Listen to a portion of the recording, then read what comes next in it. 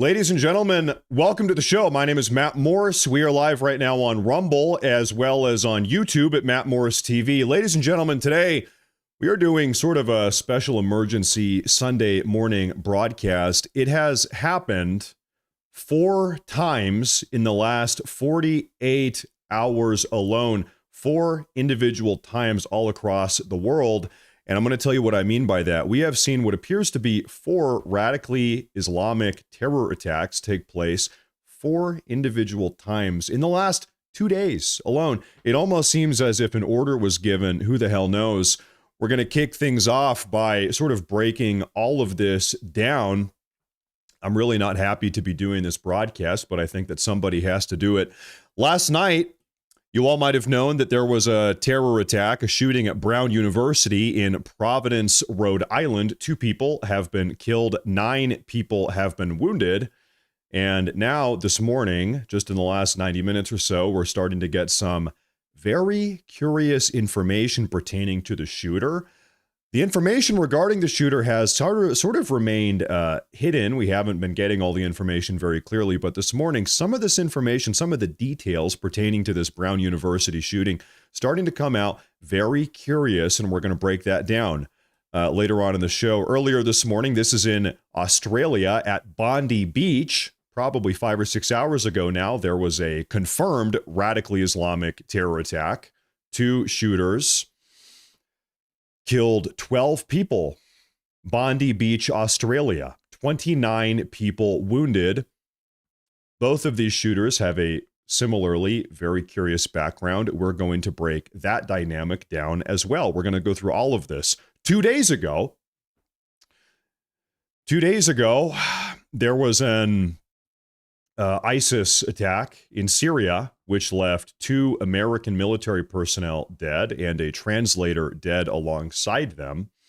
That was just 2 days ago. And then also similarly 2 days ago, there was an attempted Islamic terror attack at a Bavarian Christmas market in southern Germany. The German authorities foiled the attack on the German Christmas market that was being planned by 5 men, all of whom were from Morocco, Egypt, and Syria. And so we are going to break that down as well. That's a lot. That's a lot. You're sort of starting to see, listen, if you've got enough dots, you can start to kind of connect them and make a line. Just in the last 2 days, 48 hours, 4 of these attacks. And we're going to kick this off by talking about what happened at Bondi Beach in Australia this morning. The details really are just absolutely terrible. Ladies and gentlemen, I don't know. I don't think we have any children that watch these broadcasts, but if your kids are in the room, I don't know. Maybe get them away from the computer screen or the TV screen here. Let me do a little bit of a recap here. For my American followers that are just waking up, there was a massive terror attack in Sydney, Australia, targeting a Hanukkah event, a Hanukkah celebration. What we know so far about the Sydney attack, and by the way, I'm going to play some footage. All of this was recorded. Of course, I'm not going to show you anybody getting killed or murdered, but I can show you some of the footage as it unfolded. A terrorist shooting occurred at a Hanukkah celebration at Bondi Beach in Sydney, where more than 1,000 people were gathered. Witnesses reported heavy gunfire, with some saying at least 50 shots were fired. That is true. It's bad. The attack lasted for more than 20 minutes as crowds fled in panic. Video shows people running for cover near parked cars and along the beachfront. Police confirmed at least 12 people have been killed. Dozens were injured, including 2 police officers. Some of the wounded later died from their injuries. 2 attackers, not 1 but 2, were involved. 1 was killed at the scene, and 1, as far as I know, has been detained or apprehended. The second was shot, taken into custody, and remains in critical condition. 1 civilian is credited with subduing a gunman before police intervened, and we have that on footage. I'm going to play that footage for you as well today. The incident was formally declared a terrorist attack at 9:36 p.m. Australian time. Police are investigating a suspected bomb found inside a vehicle near the scene. That is also true. Shabbat confirmed that Rabbi Eli Schlanger, a Shabbat emissary and organizer of the event, was murdered in the attack. He had recently celebrated the birth of his son. Prime Minister Anthony Albanese called the attack shocking and distressing and later described it as an act of anti-Semitism and terrorism. Now, ladies and gentlemen, this is what is shocking about this terror attack at Bondi. Everybody says it's Bondi Beach in Australia. We have almost 11 minutes of the shooters actually carrying out the attack. And I'm not going to play the entire, it's 10 minutes and 42 seconds long. I'm not going to play the entire footage, but I'll play a couple seconds here. You can see it's 11 minutes of this uninterrupted. Just real quick. And by the way, nobody in this footage here gets injured or killed. You can't see that on the screen. All you see are two men firing rifles. So this is not breaking any terms of service or anything like that. These are the two shooters. They did this, taking pot shots on this bridge for 10 minutes, about 10 minutes, uninterrupted. They were just up here taking shots at people. Just taking shots. And they came locked and loaded. And so the beach is down here to the left, on the left, just out of frame.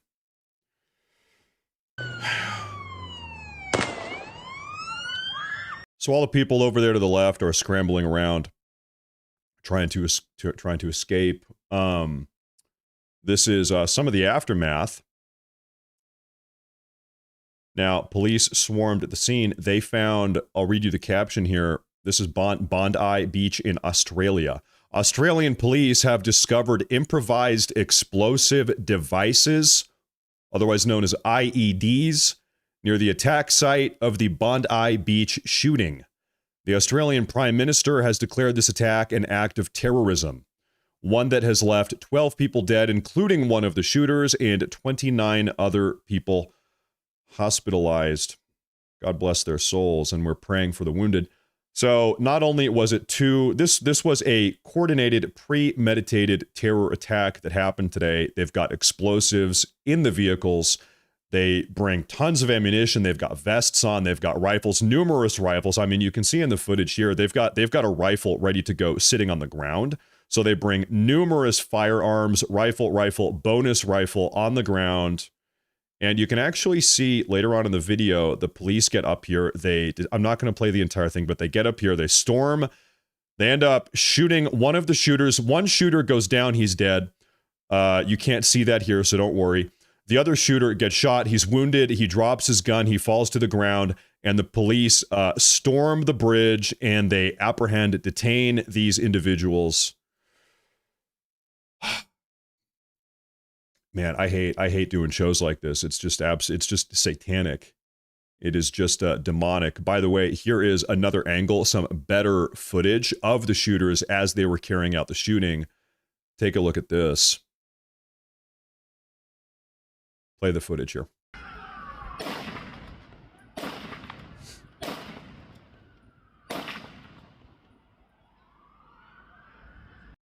So this is just a good old-fashioned terror attack.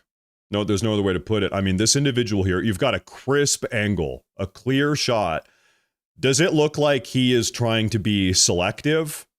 Is he shooting people sparingly? No, he is trying to inflict maximum damage. Boom, boom. It doesn't matter. If he sees a human running away, he's shooting him. Human shot. Human shot. Running away human, boom, take a shot. I'll play it again. Just trying to inflict maximum damage on helpless, scared, innocent people as they are running away is what this is. Not even second guessing, just shot, shot, shot.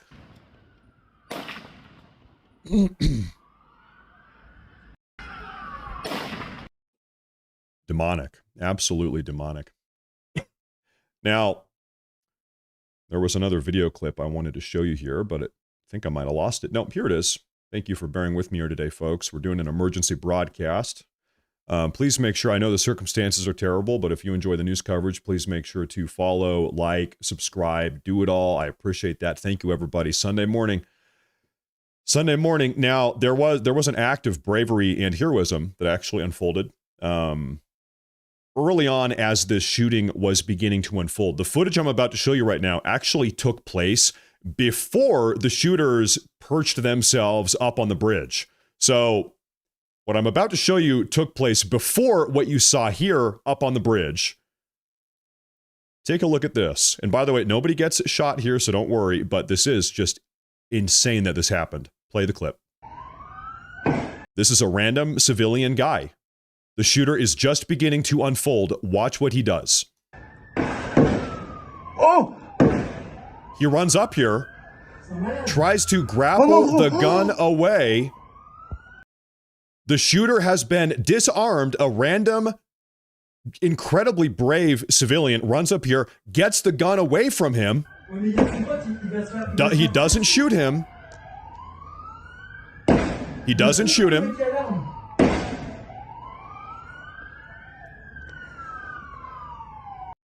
So this clip here happened very early on before the rest of the shooting unfolded.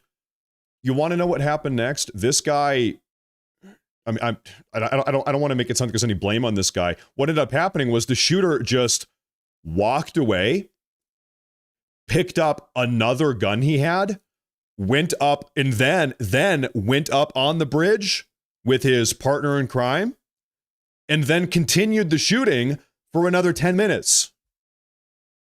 So this happened before the shooter was disarmed.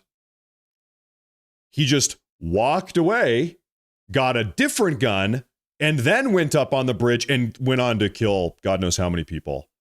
Another 10 minutes of active shooting. So you want to talk about police failing to do their job. This guy should have been apprehended, detained early on. We had a chance here to stop this, or at least partially stop this. You know,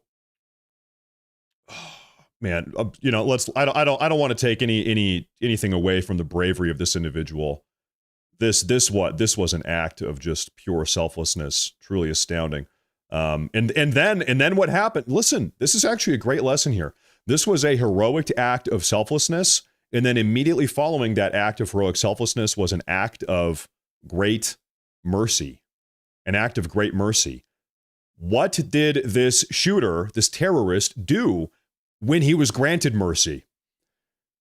He walked away, picked up another gun, and continued shooting innocent people. That is what he did. So, you know what? I wasn't even planning on saying this. This is kind of improv here, but this is really a great lesson on a Sunday morning. You cannot grant mercy to evil. You cannot show mercy to those that are evil. Is that a good lesson here? That's my takeaway, at least. And that's what this is. This is evil. This is an act of evil. Just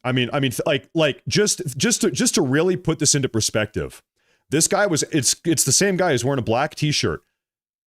He was apprehended. He was disarmed. He was shown an incredible act of mercy. Okay, what is he going to do? Well, approximately 5 minutes later, this is what he does.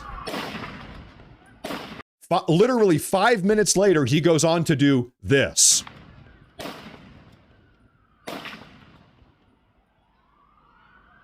Sickening.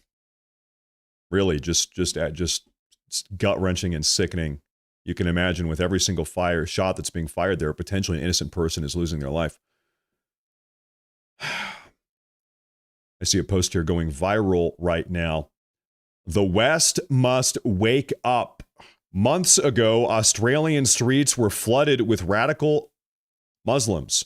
Now they are opening fire on Australians, this post says. The enemy has announced their presence. This was a couple months ago in the streets of Australia. I believe Sydney.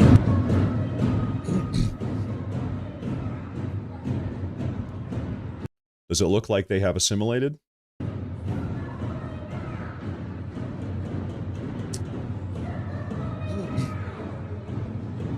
Does it seem as if they have melted into the pot?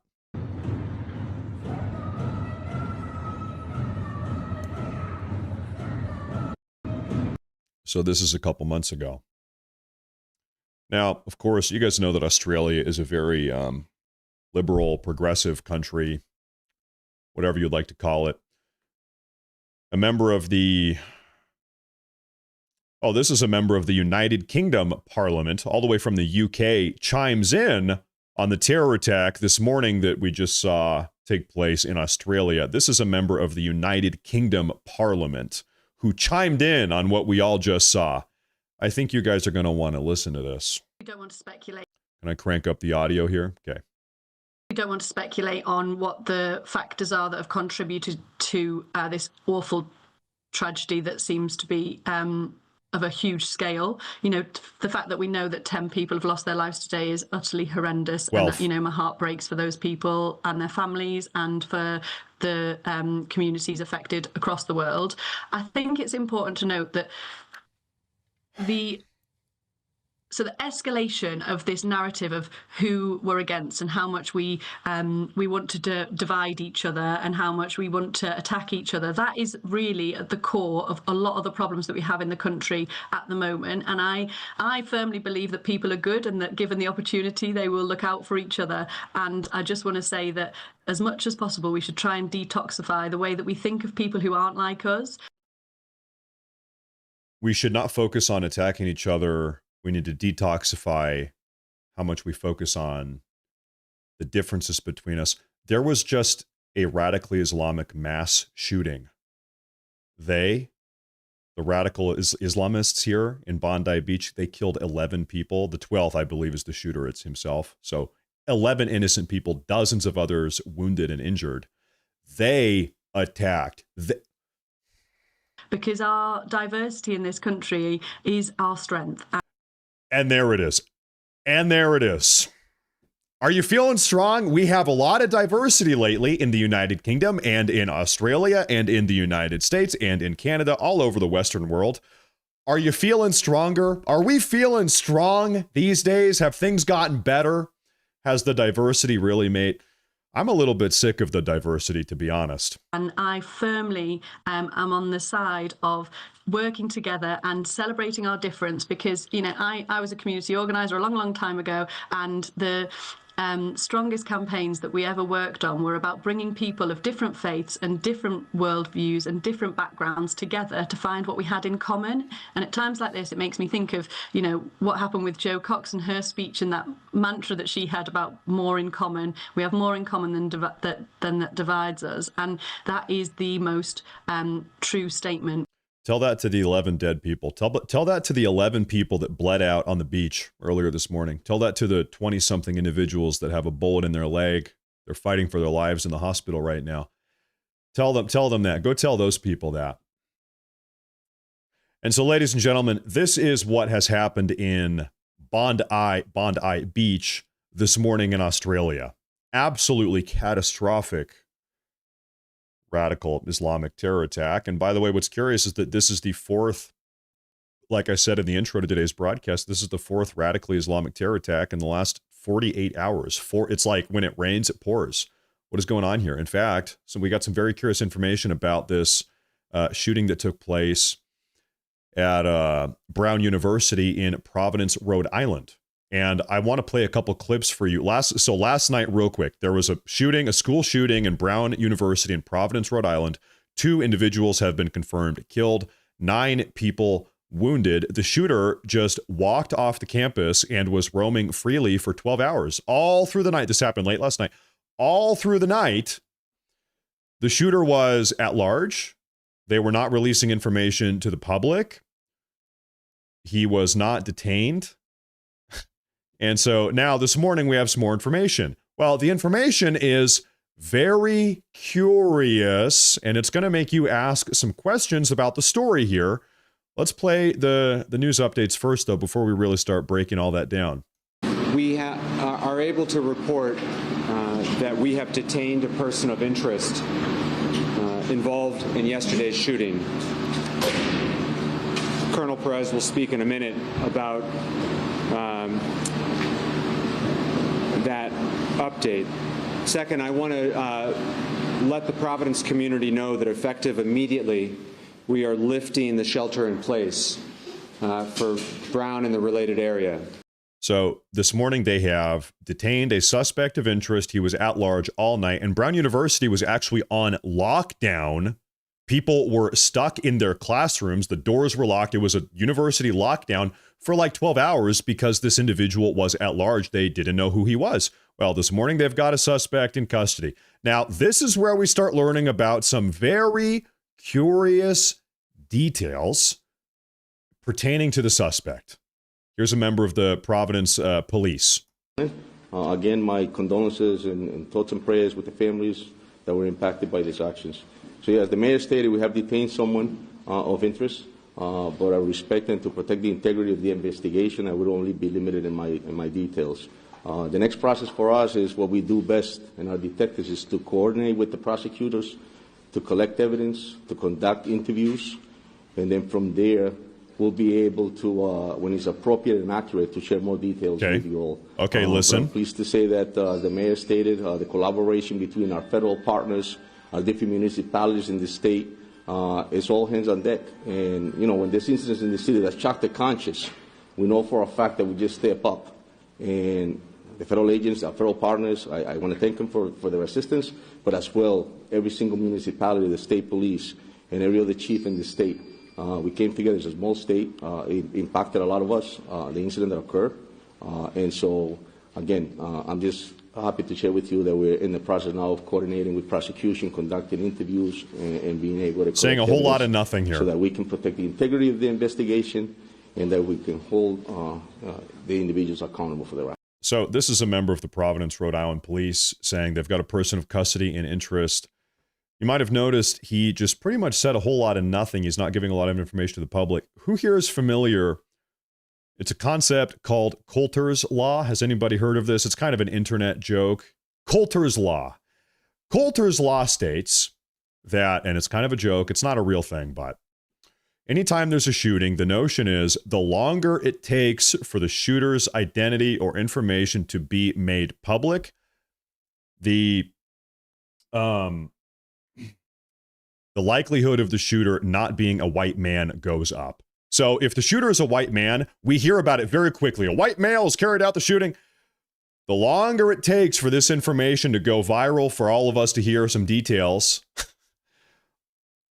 the likelihood goes up that it is not only not a white man, but perhaps something a little bit different. Now, this is where things get a little bit curious. Take a listen to this. We hear that the shooter actually yelled something as he was carrying out the shooting. And called into police. I mean, the reality is that this is a 7-story physics and engineering building that was unlocked, but this individual went to a specific classroom that was essentially in a study session for an exam on economics and chose that classroom. And we know from a witness inside that this gunman yelled something. We don't know what this individual yelled.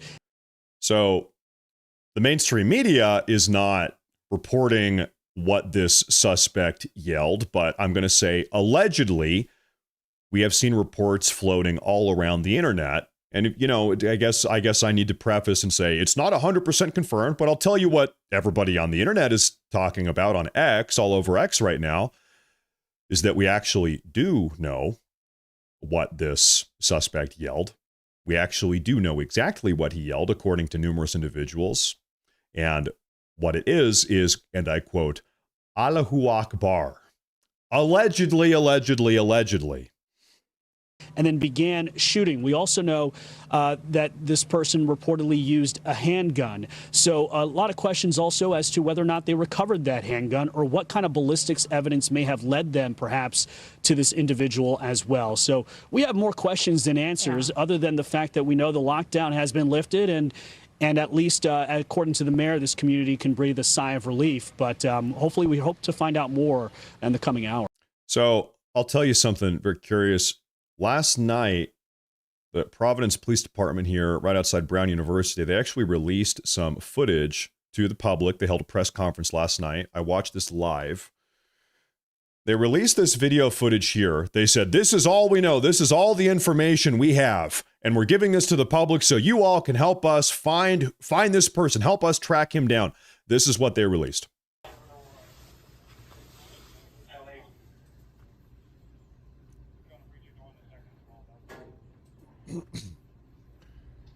And that's it. And that's it. So what they released to the public so that we could help them find the shooter, find the suspect, was a video of this individual wearing all black with his back to the camera. You can't even see his face, walking away from us.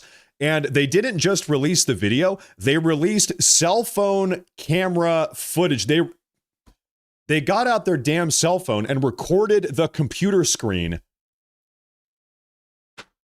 Like, what is going on here? If you submitted this to me as like a high school project, I would give you an F.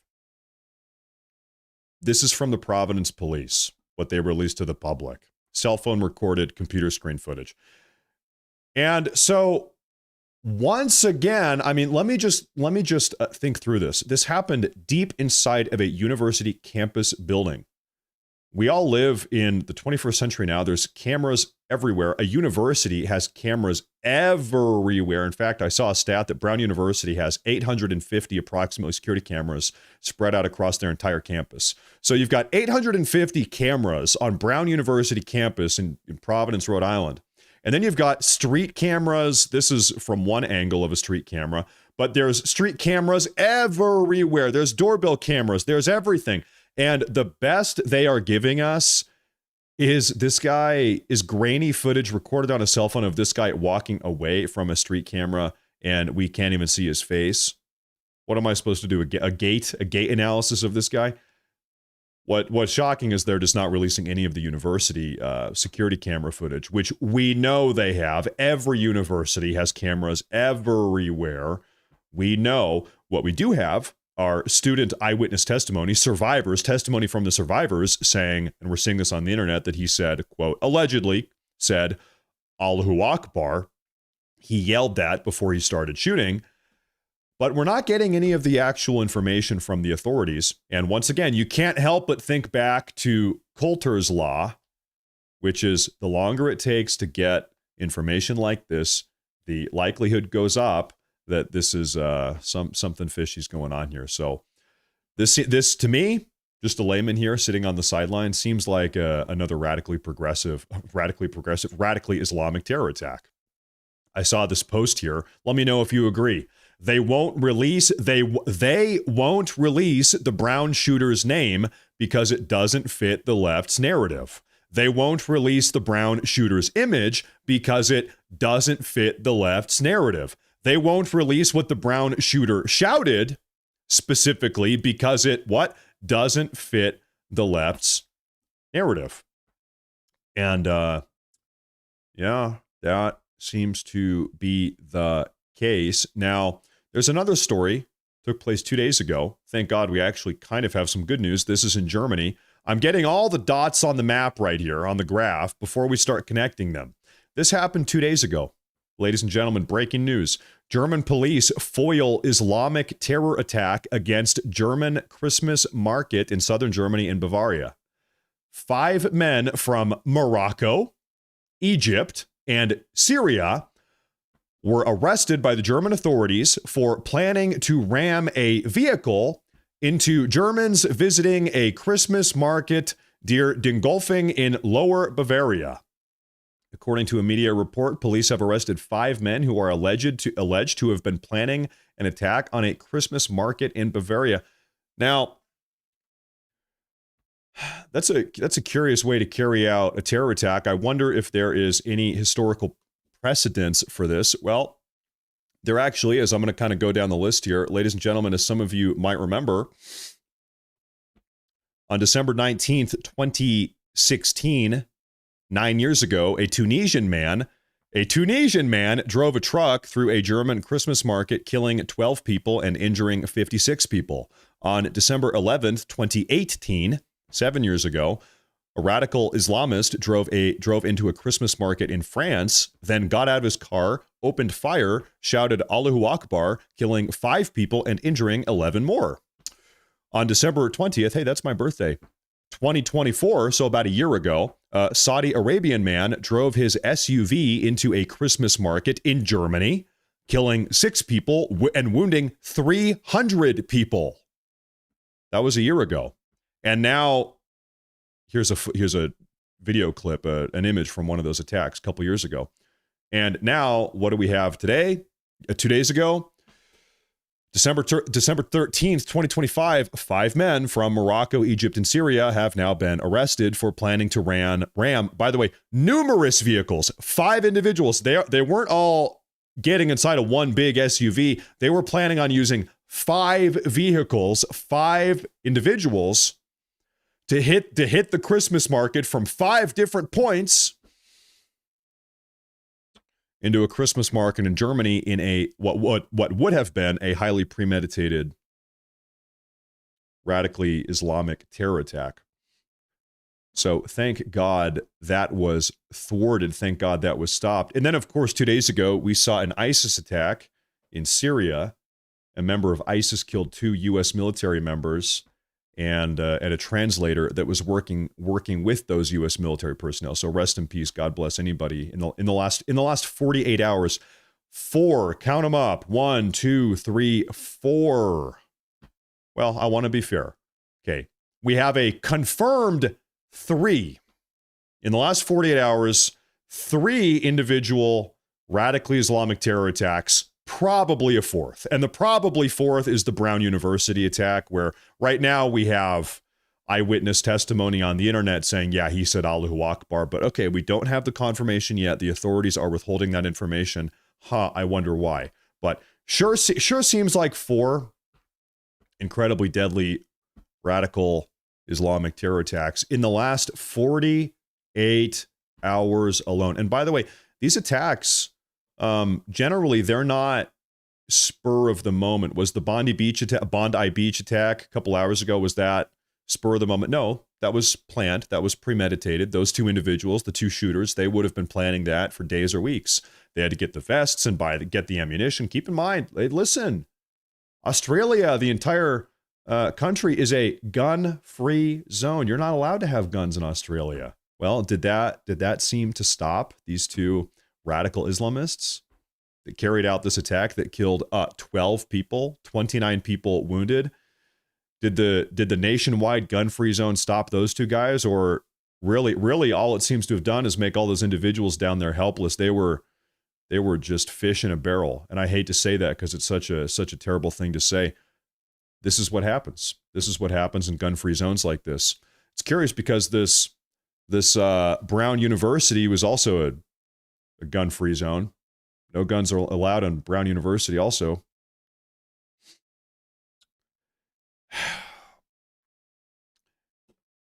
There seems to be some, let's put it this way, beyond, we can all litigate guns all we want, but fundamentally there seems to be some cultural compatibility issues, to say the least. It seems like a lot of these individuals coming in the country, whether it be United Kingdom or Australia or the United States of America, seems like a lot of them end up not being culturally compatible. I mean, I'm gonna ask this question again here today. I feel like I pose this question all the time to you folks. Can you point to a single country in the Western world, so anywhere in Europe, Canada, United States, Australia, New Zealand, can you point to a single one of these countries that has gotten materially better, safer, economically better, in any way, in any single regard?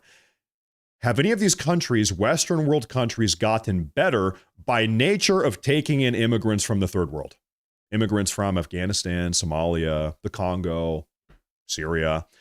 Has New Zealand gotten better? Has Australia gotten better? Has the United Kingdom or Germany or Sweden or France or Spain with all the Moroccans or Canada? Has the United States of America gotten better? Or have all of these countries, have literally every single Western world country gotten worse as a direct consequence of bringing in hundreds of thousands, millions, tens of millions of immigrants from the third world? All of them have gotten worse. Every single country's gotten worse. This immigration was sold to a lot of us here in the Western world under the notion, or it's been not sold, but justified. It's been justified by our globalist progressive elites, by our leaders, that, well, you don't need to worry about it because all of them are going to come into the country and they're going to assimilate. They're going to assimilate. They're going to become Americans just like us. They're going to become Australians just like you. They're going to become British people just like the British. Well, once again, This is Australia like 2 months ago. So I'll pose the question again. Does it seem like many of these individuals are assimilating? Is this what assimilation looks like when you have foreigners from the third world marching through your streets? This must be downtown Sydney, I believe, with Palestinian flags that stretch an entire city block. Palestine. Does it seem like they have assimilated? Is this what assimilation looks like? All right, one perfectly assimilated third world immigrant coming right up. All right, here he is.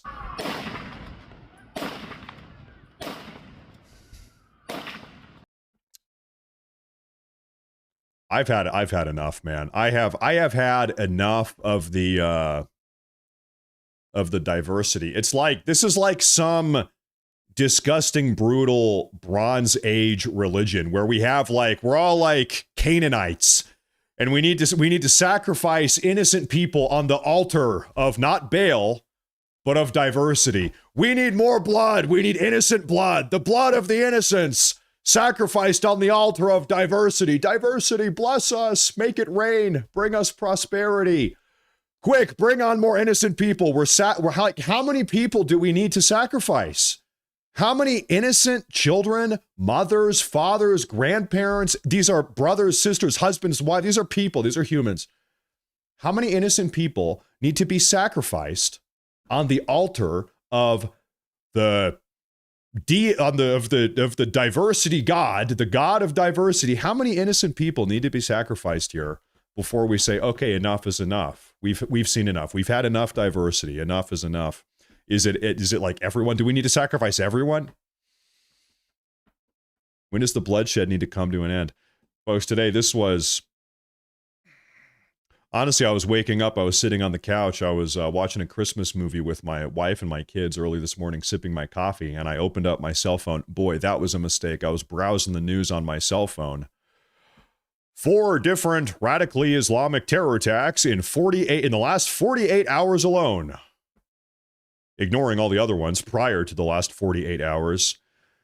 And I said, man, somebody's got to talk about this. We got to talk about this. We got to break this down. So at this point, I'm going to go ahead and pull up the super chats. I see some super chats here on YouTube and on Rumble. I do want to say, everybody, thank you for being here on a Sunday morning. Obviously, we're not here under the best of circumstances. I really don't like doing broadcasts like this, but, we got to talk about this stuff. Evil must be exposed. That's my outlook. Some people say, Matt, don't talk about the bad stuff. Only talk about the good stuff. I think stuff like this has got to be exposed. I think it's important that we talk about this stuff. Okay. Everybody, make sure to like, subscribe if you're new to the broadcast. Thank you all for being here today. Let's take a look. I want to see what you folks have to say. This is Laughing Cats. Says, by the way, thank you. Good morning. Says, never trust anyone who lives by a book that tells them to lie, do another bad thing, and murder. Yeah, these are, listen, disavow all of these things. Personally, I disavow lying and other terrible stuff like that. Thank you. Yeah, true. Thank you very much. Amy Elizabeth, massive Sunday morning super chat. Good morning. Welcome to the show. Thank you, Amy. Mrs. Elizabeth says, Christians and Jewish people are being persecuted by people who are not even Americans. These criminals are losing their hold on America, so they're digging in harder everywhere. Love your program. Amy, this is, what the hell do I know? But I can't help but notice patterns. 4 attacks like this across the world in a very small time window, in about a day and a half or 2 days at most, 48 hours, 4 attacks like this. That is a little bit weird. That is a little bit weird. And you know what? We've still got another 11 days. 11 days until Christmas. God forbid, I pray that we don't have any more. Let me put it that way. I pray that we don't have any more attacks like this. It's been a rough 48 hours globally. Thank you, Amy. Thank you very much. Thank you very much. Don B says, just like the Nova Festival on October 7th, all the hate towards the Jewish people that were kids, elderly, and people worship God. Even if you don't support Israel, these were innocent people. Regardless of the faith or the religious or spiritual beliefs of whoever, innocent people that are not hurting anybody should never be attacked or harmed like this. It is, and it also flip the equation here. It takes an incredibly evil, terrible person to carry out an attack like this. It is really a different, unique type of evil to intentionally and deliberately in a premeditated. They were planning this. They were planning this. They planned this right here, what you're seeing, for days or weeks or months. They had time to think about this. Are we really going to do this? I don't know. Yeah, we're going to do it. Yeah, we're going to go buy some ammunition. We're going to get our guns. We're going to buy our vests. We're going to do it all. We're going to get bombs in the car. They found IEDs, improvised explosive devices, in the vehicles of these individuals. Premeditated. They were thinking about this for a long time. And to do this against innocent people, it's terrible. Thank you, Don. Thank you. This is all just to disarm legal citizens. That may, in a tangential way, of course, there is a concerted effort to disarm Americans. That's true. That is true. Joseph, by the way, I'll tell you, incidentally, yesterday, I live in Idaho now. I've been here for a couple months. I went and bought another handgun in Idaho yesterday with my wife, and it took us 10 minutes. I couldn't believe it. If I've bought all of my previous firearms in Oregon and Washington, and it takes weeks to purchase a firearm. In Idaho, I bought a handgun last night. It took 10 minutes. I couldn't believe it. All right, so now we got two. Joseph says, thank you, Joseph. Good morning. He says, what up, Matt? Cars and trucks are weapons, if you know what I mean. Listen, if you're a creative jihadist, yeah, most certainly. I mean, in the last couple of years, we have seen numerous of these truck attacks generally taking place in Europe. We've seen them a lot in Germany and France as well. And so if you can't see here, this is from a couple of years ago. This is a jihadist in a car, a black SUV. These Christmas markets in Germany are very, very packed, crowded, hundreds of people, jam-packed like sardines into these markets. I went to one of these markets a couple years ago. They're great. They're lovely. Which is why it's so evil that these jihadists are doing this. Terrible. Terrible. And it is. You know, it's... In fact, a lot of these European Christmas markets, they've started putting concrete and metal blockers at the entrances to the markets to stop vehicles from driving in. The problem with these jihadist vehicular attacks have become so massive, so problematic. They've now started placing vehicle blockers, like solid concrete weighing thousands of pounds at the entrances to stop this from happening. That is the price of this diversity, which makes us strong. Diversity makes us stronger. Psychological projectionist, he says, when Islam wins, we will have even more in common. We would all have everything in common if we were all third world Islamists. Yeah, true. If only everybody in the world was a third world Islamist, then we would all have everything in common. Good point. I didn't really think about that. Wow, excellent point. Leon says the Democratic Party have blood on their hands. I think so. This, of course, one of these attacks that we talked about today was actually in Australia. Australia, you know, is very progressive, though. It's almost as if it's by design. Amy Elizabeth says, here every day, Merry Christmas to you and yours. Hey, Merry Christmas to you as well. Thank you. And everybody else in the audience. Merry Christmas to everybody in the audience. And if you don't like Christmas, then I don't like you. Let me put it that way. Kevin Spears. No, I missed Joe Brogan. Joe Brogan says a police chief whose first language is clearly not English. SMH. Yeah, at Providence. Yeah. That's the nation these days. Kevin Spears, he says, it will take the God-fearing citizens to start Crusades 2.0. Government will not save us. You think we need another crusade? You think we need a crusade? You think it's time for a crusade? Bray Preston, thank you very much, Bray Preston. I think you know, I'm happy because right now the Trump administration is literally the first presidential administration since the 1950s to actually really take immigration and demographic change and cultural incompatibility seriously. It was, of course, in the 1954, when we saw, pardon my language, it was called Operation Wetback. That is literally the name of the operation. So I'm not saying that as a racial slur. It was literally called Operation Wetback, which at the time was the largest remigration movement this country's seen. Now Trump is actually, like I said, the first president since 1954 to really take this stuff seriously. We've got a secure border. We're seeing deportations to some degree, a lot of self-deportations. And now we have our third world travel ban,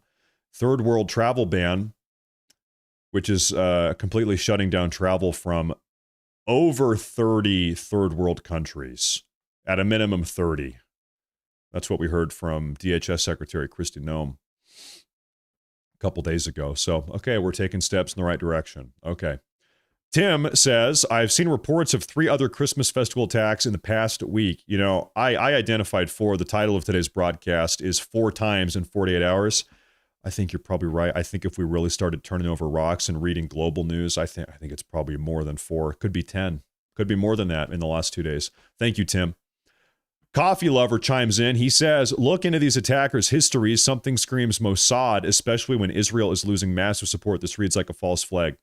You know, I will listen. I'll tell you something here. Of course, some conspiracies. In fact, I'll even grant a lot of conspiracies tend to end up being true. I think I might piss some people off when I say this. I think it is also important to understand and be aware of the reality that radical, violent jihadists live. They exist. Radical jihadists that are willing to kill innocent people and engage in acts of violence, they do exist. They are all over the world. They are in the country.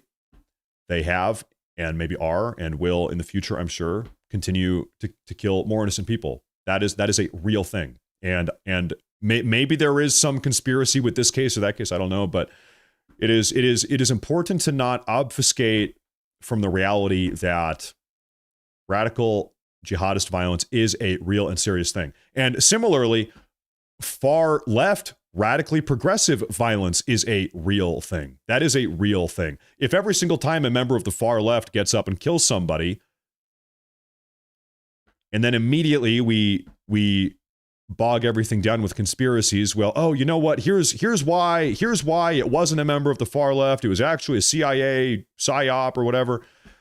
I think it is very, very important to understand the nature of the reality that we are living in. Violent jihadists exist. They are in the country. Violent far left radical terror cells, progressive terror cells exist. They are in the country as well. We need to not lose sight of that. Now, is that to dismiss every single conspiracy ever? No, there are a lot of conspiracies that I personally believe in. Maybe someday we can have a Matt Morris conspiracy day where I share with all of you my own personal conspiracies about the world. Maybe we can do that someday. But I'm not saying you're right or wrong. But what I am saying it is very important to acknowledge that violent jihadis exist. Violent far left radicals exist. Real, actual what would you call them? Grassroots threats exist. Thank you very much. Tim, he says, it's sad that if you defend yourself with a gun, you go broke trying to defend yourself in court. That is the case, especially in a country like Australia. Thank you very much. Thank you very much. Thank you very much. And I think we have just a couple more super chats here. Jeep Man says, what up, Matt? Cars and trucks are weapons. Okay, we got that one. Thank you, Jeep Man. I got that one. And finally, Downtown Annie is now a supporter of the community. Thank you very much. Thank you very much. I appreciate that a lot. I want to shout out everybody over here on Rumble. Right now, we're on the front page on Rumble. Everybody, make sure to follow, like, subscribe. It helps a lot. Like I said, today was a special early morning broadcast. I had no intention of doing this show. It's really early in the day, but it's just, man, enough is enough. I really think that analogy is the best one I can make. It is like there's this, Bronze Age god of diversity, and there's a cult of diversity, We've got all these diversity cultists in the country, and what they want is to keep on sacrificing innocent life. They want blood. They want blood on the altar of diversity, that is. And the cultists of diversity, they're not, listen, their bloodlust is insatiable. They need more sacrifice, more bloodshed, more loss of life, more innocence being gunned down, all in the name of diversity, which, I don't know, seems to be their god, something like that. It's just evil, and I've had enough. I want to say thank you, everyone, for tuning in today. I think I'm probably going to wrap it up now and go work on a video. I plan on being back this evening at 5 p.m. Western, 8 p.m. Eastern for another regularly scheduled broadcast, but I had to get this out of my system. And so here we are today, this morning. Thank you very much. Final super chat of the day. Raver's Miracle says, YouTube keeps censoring my super chat. Too many corrupt politicians still exist. That is true. We've got a lot of corrupt politicians. I'm not sure about the censorship. Queen Bees are Archive. Queen Bees Archive. Thank you. Welcome to the show. Thank you. And Raver's Miracle. Thank you very much, by the way. Thank you very much. When I was 19, I went to a rave one time, and it was the worst experience ever. I hated it because I don't do drugs. And I sat there on the side. I was watching everybody else do drugs, and they were dancing and tripping out. And I was like, what the hell? What the hell is going on here? On that day, I learned raves are not for me. I'm never going to become a raver. Hey, thank you. Thank you very much. I appreciate that. I'm gonna wrap up today's broadcast. I've got some work to do, and I'll see you guys later on in the day. Thank you all very much for tuning in. Everybody have a safe Sunday, and I'll see you folks later. Thank you very much for tuning in.